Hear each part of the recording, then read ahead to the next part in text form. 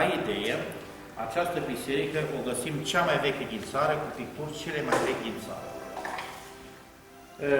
Ea o găsim funcțională la 1243 și este undeva clădită pe un vechi castru roman în urmă cu 2000 de ani.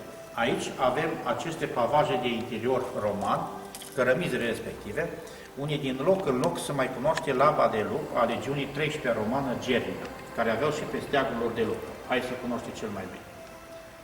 La subsol avem foarte multe pietre romane de la castul roman și avem două sicrie și ceva mobiliere. Sicriile respectiv sunt sigilate de metalice, sigilate cu plumb și pansonul lor ca an este ori 1150, ori 1050.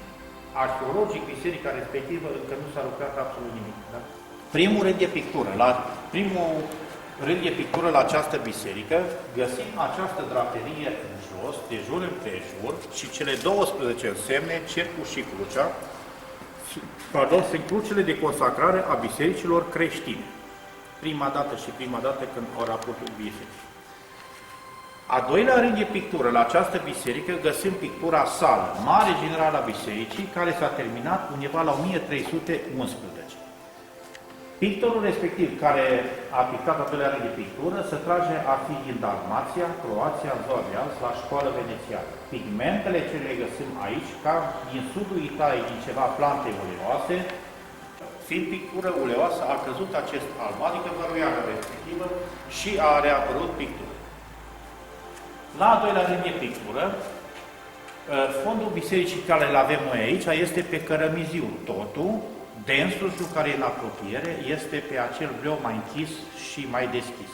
Adică este nuanța culorii acelui albastru de voroneț, care îl avem și noi în biserica respectivă, l-au și dus și acolo. Dar aceste bobițe mai închise, mai deschise la culoare, broderia care o găsim la persoana respectivă, perlele pe cap, mărgele la haina preoțească, această pictură nu e pictură normală, este punctată și trasă, adică ea se vede undeva în relief. Aici și breul respectiv la arcadă, adică romurile respective, pictura aceasta se vede undeva tridimensionată. E unicat în 1311 cum se vede această pictură realizată. Nu numai în biserica aceasta, v-am spus cam în toată țara asta. Aici se vede mai multe lucruri, dar aici iar v-am spus aici două lucruri. De ce? Pentru că acești cavaleri sunt mulți unul în spatele celălalt. Să ridicăm acest brâu drept, la arcadă, am putea vedea un Târgu Jiu, mai precis, o coloană infinită. Nu? Sunt imagini limpide, la modul de cea mai semnificativă linie de pictorie o găsim noi aici.